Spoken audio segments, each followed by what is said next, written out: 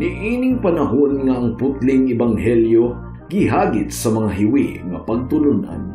Kinahanglan mo barog ang mga tinunan ni Kristo sa pagpakigbisog sa paglaban sa pagtuo nga makausa ug alang sa tanang panahon gihatag sa Dios ngadto sa iyang katawhan. Maoy hinungdan nga namugna kining tulumanon ang putling ebanghelyo. 30 minutos nga pagsabwag sa tinuod nga ebanghelyo kauban ni Pastor Jeremias Hangad. Ang putling ebanghelyo tulumanon nga gihatod kaninyo sa Unidos Community Bible Fellowship sa Unidos Plaridel, Misamis Occidental. Ang putling ebanghelyo, ang putling ebanghelyo, ang putling ebanghelyo.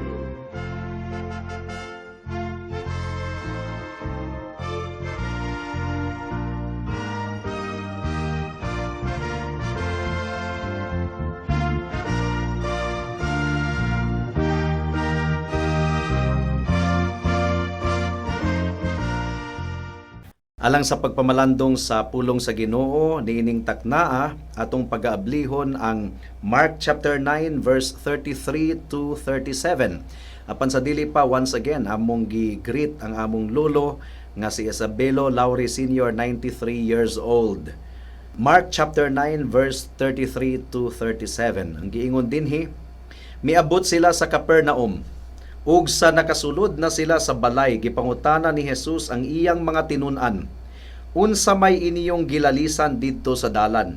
Apan wala sila mutubag kay naglalis man sila kung kinsay labing dako kanila. Unya milingkod si Jesus ug iyang gipaduol ang napulog duha ka tinun-an ug giingnan, bisan kinsa ang buot mahimong labing dako, kinahanglan nga magpaubos ug mag-alagad sa tanan. Unya gikuha niya ang usa ka bata ug gipatindog sa ilang atubangan.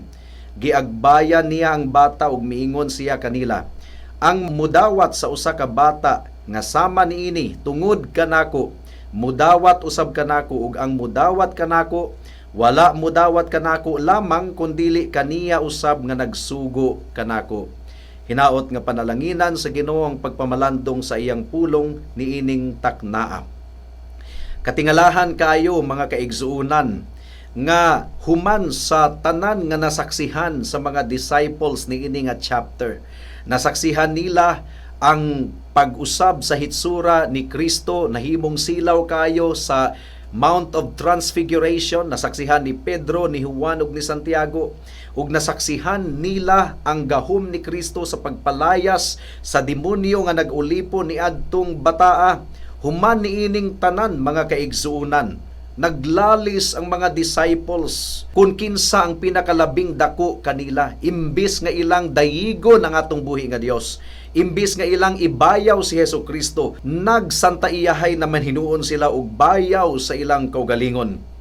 Ang girecord ni Lucas mga kaigsuunan bugat kayo. Dialogue, naglalis gayud sila. Luke chapter 9 verse 46, unya naglalis ang mga tinun-an kung kinsa ang labing dako kanila. And take note, mga tinun-an kadto ni Kristo, mga apostoles, nadungog nila ang wali ni Kristo ang iyang mga pagtudlo sa ilang taliwala, apan ang ilang kasing-kasing gidumalaan gihapon sa garbo. Mo nga mabinantayon kita kanunay mga kaigsuunan.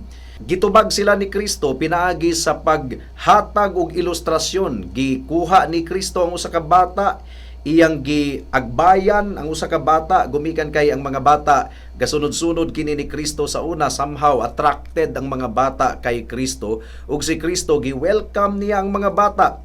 Ug ang giingon diri sa bersikulo 36 sa atong teksto, unya gikuha niya ang usa ka bata ug gipatindog sa ilang atubangan. Giagbayan niya ang bata ug miingon siya kanila nga kinahanglan nga mahimo kunong sama sa usa ka bata ang buot mahimong tinun-an ni Kristo. So gigamit ni Kristo kini nga okasyon aron tudluan ang iyang mga disciples mahitungod sa pagka-mapainobsanon.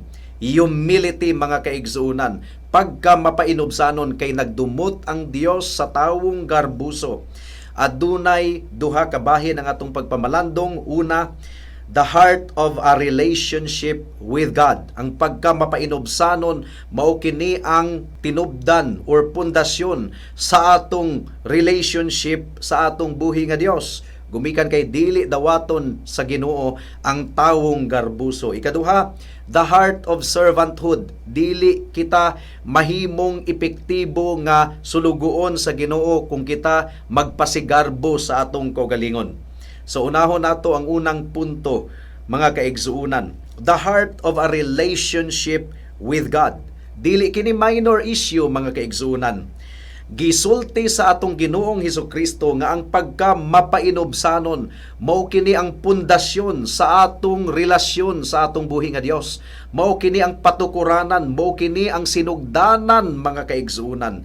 Marcos kapitulo 9 bersikulo 37. Ang giingon dinhi, ang mudawat sa usa ka bata nga sama niini tungod kanako, mudawat usab kanako, ug ang mudawat kanako wala mudawat kanako lamang kundili kaniya usab nga nagsugo kanako. So unsa may buot pasabot ni Kristo niini, mga kaigsuunan? Ang giingon ni Kristo niining higayuna, mga kaigsuunan, kung dawato nato si Kristo, kinahanglan nga dili nato hunahunaon ang atong kaugalingon. Ang giingon ni Kristo nga ato kunong dawaton ang bata, ang little child, dili kini minor issue, mga kaigsuunan. Dawato nato ang tanan, but pasabot muministeryo kita dili lamang sa mga dato, dili lamang sa mga inila sa atong katilingban, kundili atong alagaran ug atong ministeryohan ang mga katawhan bisan pa og yano lang sila sa katilingban, mga kaigsuunan. Gigamit ni Kristo ang bata ingon nga ilustrasyon.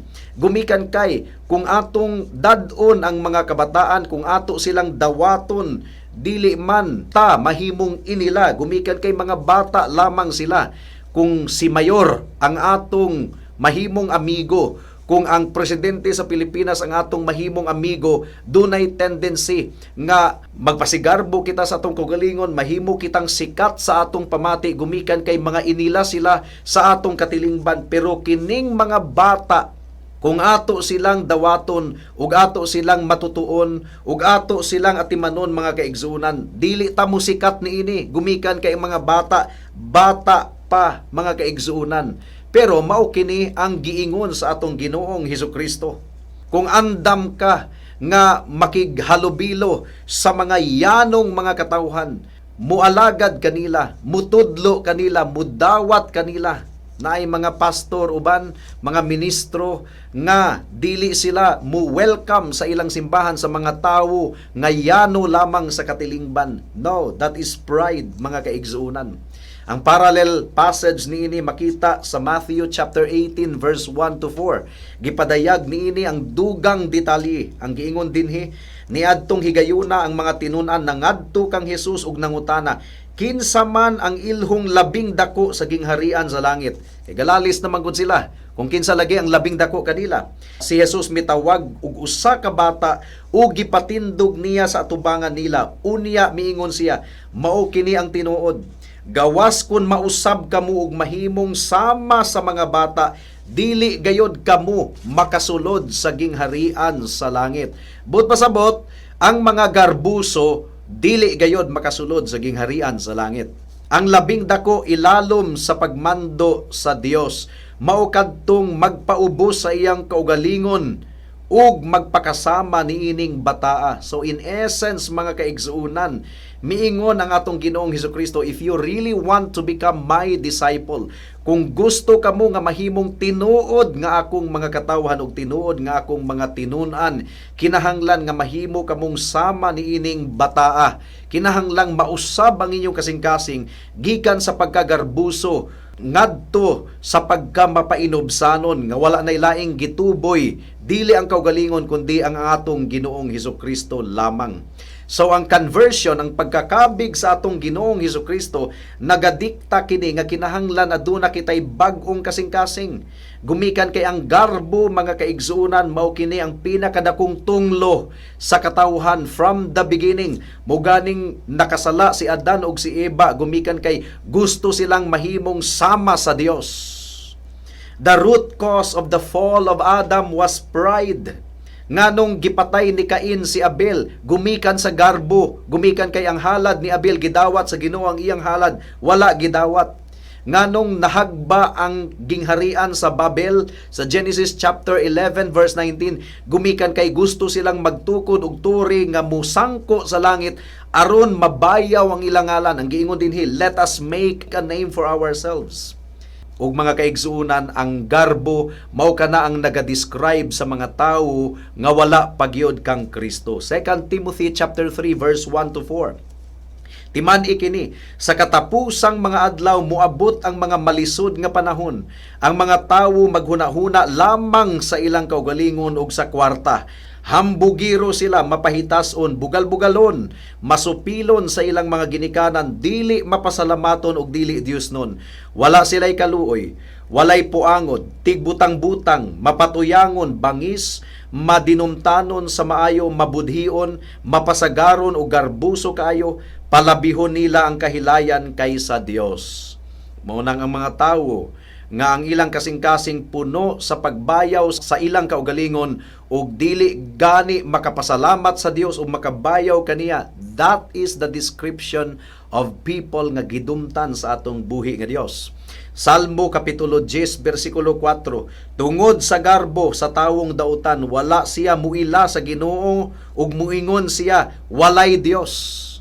So, ang mga tawo nga wala muila sa Ginoo sa ilang kinabuhi, gumikan kana sa garbo. Mark chapter 7 verse 21 to 22. Kay gikan sa kasing-kasing ang tawo makahuna-huna og dautan, makahimog sa lawayong pagpakig hilawas, pagpangawat, pagpatay, pagpanapaw, kahakog, pagkadautan, pagpanglimbong, kalaway, kasina, pagpangdaot sa uban, pagka mapahitason o kabuang. So you see, ang garbo, top-notcher ka na sa mga kasalanan nga gidumtan sa atong buhi nga Dios. God is in great opposition to the proud. Mao kini giingon sa Biblia, Proverbs chapter 8 verse 13. Ang pagbaton og kahadlok ug pagtahod sa Ginoo maoy pagdumot sa dautan. Gidumtan ko ang pagpagarbo ug pagkamapahitason, ang mga paaging hiwi ug malimbungong mga pulong. So, ang mga tawo nga nara og punay og hisgot sa ilang kaugalingon, i-promote nilang ilang kaugalingon, ako, mao kanunay ang ilang panultihon, gidumtan sa Ginoo. 1 Peter chapter 5 verse 5 and 6 ang giingon dinhi, kamuusab mga batan-on kinahanglan nga mutahod sa mga magulang kaninyo, pagpaubos kamong tanan ug pag-alagad sa usag-usa. Kaya ang kasulatan nag-ingon, kontra sa Dios ang mga garbuso, apan maluoy siya sa mga mapainubsanon. Busa pagpailalom kamo sa gahom sa Dios, aron magtuboy siya kaninyo sa panahon nga iyang gitakda. Ang taong garbuso gustong mahimong malampuson sa iyang trabaho o gustong i-promote ang iyang kaugalingon, pero dili makapasalamat sa Dios, gidumtan siya sa Dios. Ang taong mapasigarbuhon, gusto niyang i-promote ang iyang pamilya o ang iyang apelyido o ang iyang ngalan, gidumtan siya sa Ginoo. Ang taong mapasigarbuhon, duna kunuhay relihiyon, pero aron lamang dayigon sa mga katawhan nga siya mahilig musimba, gidumtan siya sa Ginoo. Ang atong pagpangalagad sa Ginoo, ang atong motibo, kinahanglan dili aron atong ituboy ang atong kaugalingon, kundili aron atong ituboy ang atong buhi nga Dios. Ang giingon ni Kristo nga ang solusyon sa garbo mao ang tinuod nga pagkakabig sa kasing-kasing sa tawo. Gumikan kay sa pagkakabig nganha kang Kristo, naglangkob kini sa pagbag-o sa atong kasing-kasing. Kasing-kasing nga mapasigarbuhon, nausab, nahimong mapainobsanon, walay gahom ang bisan kinsa nga mobuhat niini. Ang Dios lamang, ang balaang Espiritu lamang ang makausab sa atong kasing-kasing. Ang tinuod nga pagkakabig sa atong Ginoong Hesukristo, gihatagan kita og bag-ong kasing-kasing. Now, kinahanglang disiplinahon nato ang atong kaugalingon. Tungod kay kung kita wala pa kang Kristo, wala man tay pakabana kung nagpasigarbo na deita. Wala tay pakabana. Pero the moment nga ikaw tinuod nga nahimong Kristohanon, mabati na nimo nga sala gayod ang garbo, ug kung ikaw matintal sa pagpasigarbo, maghinulsol kadayon, mangayog pasaylo sa Ginoo, ug imong iyango-ngo sa atong buhi nga Dios nga ang garbo sa atong kasing-kasing ma-regulate, mga kaigsuunan. Gi-recognize ba nimo ang imong garbo? Giila ba nimo ang imong garbo, mga kaigsuunan? Ang imong kinabuhi ba naara og pataas sa imong kaugalingon? Pila kahigayon ang imong gigahin aron sa paghisgot sa imong kaugalingon, imbis nga ang uban mao ang ibayaw? Ang imong accomplishments, ang imong mga achievements, ang imong mga goals, ang imong mga desires. Kapila kahigayon, mga kaigsuunan, nga ang pronoun nga imong gigamit sa imong mga pangistoryahon, ako, namo, amo, ako. That is pride. Ang ilhanan sa tao nga garbuso, ang pronoun puro ako, kami, amo, puro kaugalingon ang gihisgutan. Now, kung gusto ka nga i-test di mo ang imong kaugalingon, kung ikaw mapahinubsanon ba, makahimo ka sa sulod sa usa ka bulan nga di gyud ka mogamit sa pronoun nga ako, I, me, my, mahimo ka na nato, mga kaigsunan. Sulod sa usa ka bulan, dili kita muhisgot sa atong kaugalingon, that is a test of humility.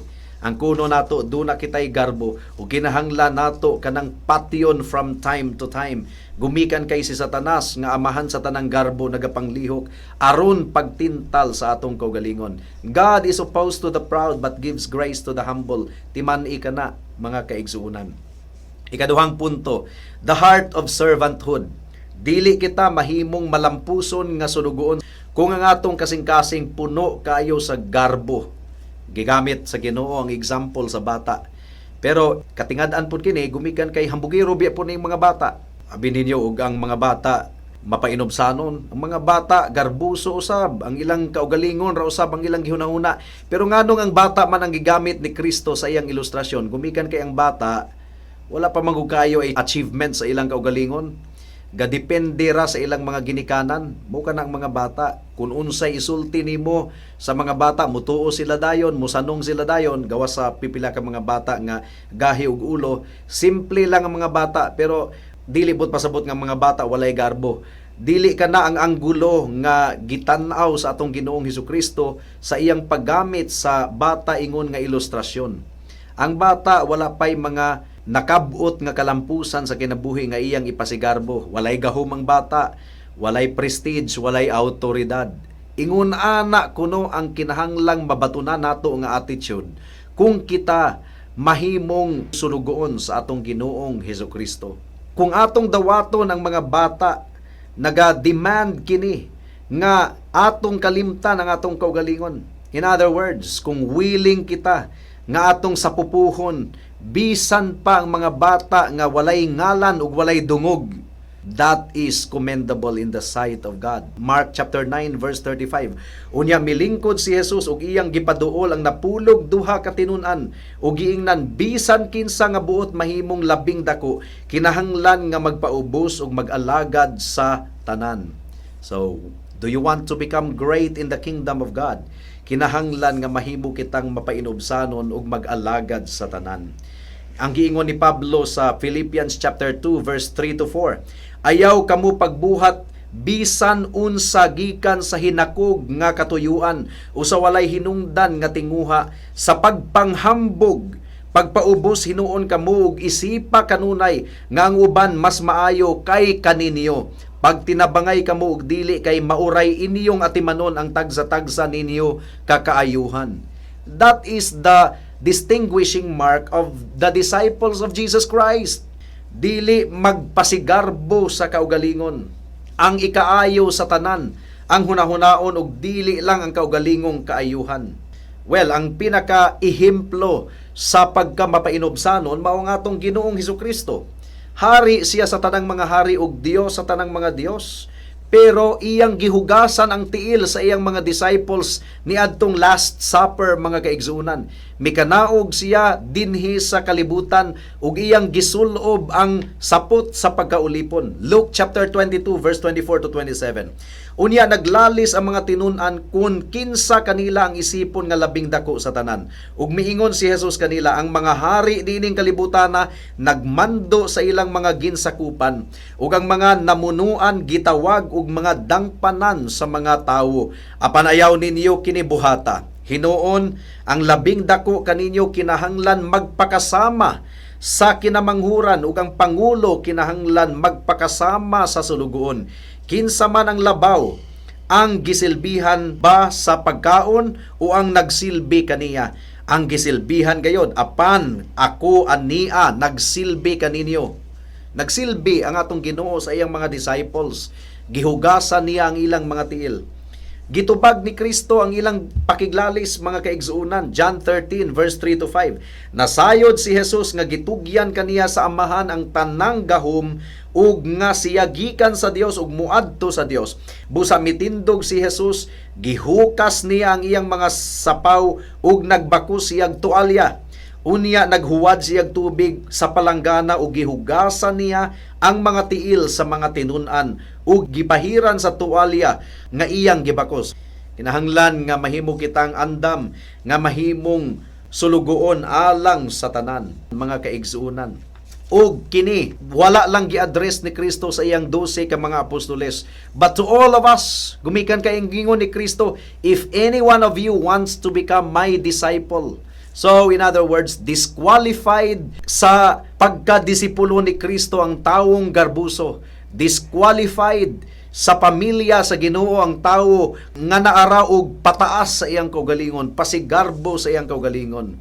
The requirement of discipleship, the requirement aron kita makasulod sa panimalay sa Ginoo, mao ang pagpaubo sa atong kaugalingon ug si Kristo lamang ang atong ibayaw, ang Dios lamang ang atong ibayaw. Well, unsa may atong buhaton niini? Isip response, mga kaigsuunan. Kinahanglan iampo nato nga kita mahimong sama sa atong Ginoong Hesukristo. Pilipos kapitulo 2 bersikulo 5. Angay ninyong batunan ang hunahuna nga gibatunan ni Kristo Jesus nga mao kini. Ug kung atong basahon ang the rest of the verse, gipaubos ni Kristo ang iyang kaugalingon. Bisan siya og Dios, equal sa Dios Amahan, pero wala kana niya isipa iyang gisulob ang pagkaulipon ug nahimong masinugtanon sa Dios hangtod sa kamatayon dito sa krus sa Kalbaryo. Atong iampo nga punuon kita sa balaang espiritu. Ang balaang espiritu mao ang naghatag kanato og espiritu nga mapainobsanon, nga andam nga mopasakop sa pulong sa Ginoo. Ephesians chapter 5 verse 18 to 21. Ayaw kamo paghubog-hubog kay makadaot lamang kini kaninyo. Tinuod baya gyud, makadaot kanato ang paghubog-hubog. Tinguhaa hinuon ninyo nga mapuno kamo sa espiritu. Ug sa inyong pagsultian ay gamitan ninyo ang mga salmo, mga himno ug mga balaang awit. Awiti ug daygan ninyo ang Ginoo sa kinasingkasing gayod. Sa ngalan sa atong Ginoong Hesukristo, pasalamati ninyo kanunay ang Dios nga Amahan tungod sa tanang butang, tungod kang Kristo pagtinahuray kamo. So atong iampo sa atong buhi nga Dios nga hatagan kita niya og kasing-kasing sa pagkasulugoon. Unya milingkod si Jesus ug iyang gipaduol ang napulog duha katinunan ug giingnan bisan kinsa nga buot mahimong labing dako, kinahanglan nga magpaubos ug mag-alagad sa tanan. Ang tawong garbuso dili gustong musilbi sa uban, gusto niya nga siya ang alagaran. Kaugalingon lang ang iyang gihunahuna, pero ang sulugoon ni Kristo mualagad ug musilbi sa uban. So atong iampo nga dugangan pa sa Ginoo ang atong kasing-kasing ug gugma alang sa mga kaigsuunan. 1 Corinthians chapter 13 verse 4. Ang gugma mapailubon ug maluluyon, dili kini masinahon o tigpanghambog. Ang tawo nga garbuso wala mahigugma sa Dios ug wala mahigugma sa uban. Kaugalingon niya ang iyang gihigugma, kay kaugalingon niya ang iyang i-promote kanunay. Mugani nga wala gayoy makasulod sa langit sa tawo nga gasalig sa iyang kaugalingong pagkabuutan. Gahuna-huna gayod nga magbinutan siya, iyang i-promote ang iyang kaugalingon at tubangan sa Ginoo, magpenitensya siya, mahimo siyang relihiyoso, iyaning buhaton, gasalig siya sa iyang pagkabuutan aron siya maluwas. That is disqualified in the sight of God. Sa kaluwasan mga kaigsunan, gumikan kay utruhon nato pagbungat niini nga pulpito dinhi sa kahanginan ang atong pagkamatarong hugawng panaptong dinugan lamang atubangan sa Dios. Higala kung nagsalig ka sa imong kaugalingon, garbo ka na. Ang kaluwasan nagdemand nga undangan na nato sa pagsalig ang atong kaugalingon ug musalig lamang kita sa pagkabalaan ni Kristo sa iyang dugo nga giula didto sa krus sa Kalbaryo. Kaniya lamang kita mudangop alang sa atong kaluwasan, gumikan kay ang kaluwasan pinaagi sa grasya, tungod sa grasya pinaagi sa pagtuo. Ephesians chapter 2 verse 8 and 9. Dili ka makaluwas sa imong kaugalingon, mao gani nga si Kristo mianhi sa kalibutan. Dili aron mahimo lamang siyang example, kundili mianhi siya aron pagluwas sa mga makasasala nga susama nimo ug susama kanako. Ug nagmalampuson si Kristo sa iyang misyon. Unsa ang requirement sa kaluwasan? 100% nga bayad sa sala pinaagi sa dugo ug 100% obedience. Si Kristo lamang ang nakabuhat niini in our behalf, mao nga salig kang Kristo higala. Pag hinulsol sa imong sala ug saligi lamang siya, ingon nga imong bugtong Dios ug manluluwas. Ayaw pagsalig sa imong kwarta, ayaw pagsalig sa imong bahandi, garbo ka na. Ayaw pagsalig sa imong donasyon sa simbahan, garbo ka na. Saligi ang gibuhat ni Kristo didto sa krus sa Kalbaryo, ang iyang dugo, ang iyang pagkamatarong. Saligi si Kristo lamang, ingon nga imong Dios ug manluluwas. Buhata kini karon, samtang dili pa ulahi ang tanan, kay basin ug ugma ulahi na ang tanan. Magampo ta. Salamat o Dios sa mensahe nimon, among gipangayo o Dios nga ikaw magahikap sa kasing-kasing sa matag usa ug makita gayod nila ang ilang pagkawalay nahot sa imong atubangan nga si Kristo lamang ang bugtong Dios ug manluluwas. Tabangi kami nga dili namo ibayaw ang among kaugalingon, gumikan kay nagdumot ikaw sa mga garbuso. Mahimong tinunglo ang among kinabuhi gumikan sa garbo. Tabangi kami o Dios nga kung matintal kami sa pagpasigarbo, among badlungon ang among kaugalingon ug among hilakan ang among garbo ug mudangup kami kanimo ug pangayoon namo ang kasing-kasing nga mapainobsanon. Salamat o Dios. In Jesus name we pray. Amen.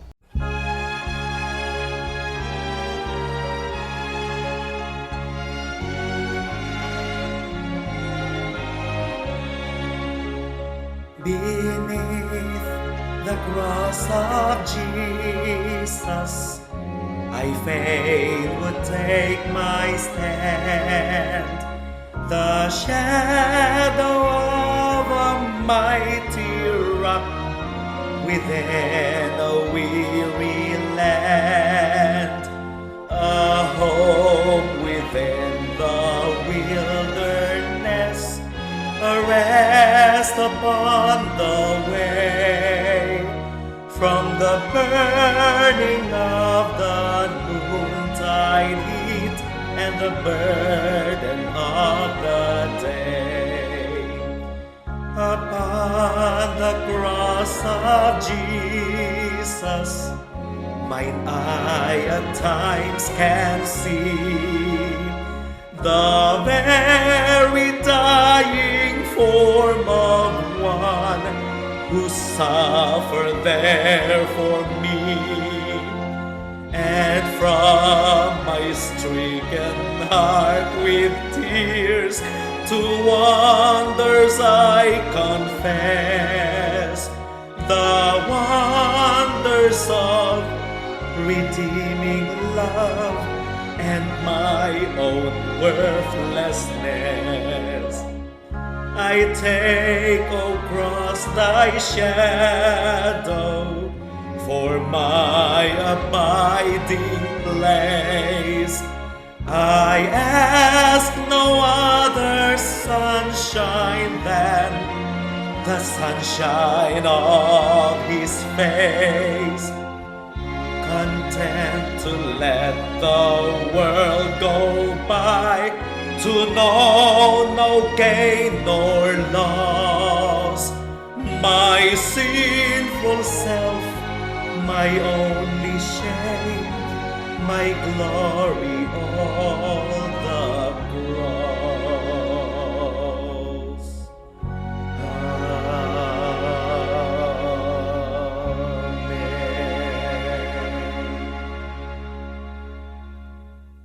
Alang sa dugang nga mga pangutana, mahimong mo text kang Pastor Jeremias hangad sa 0935 744 3030.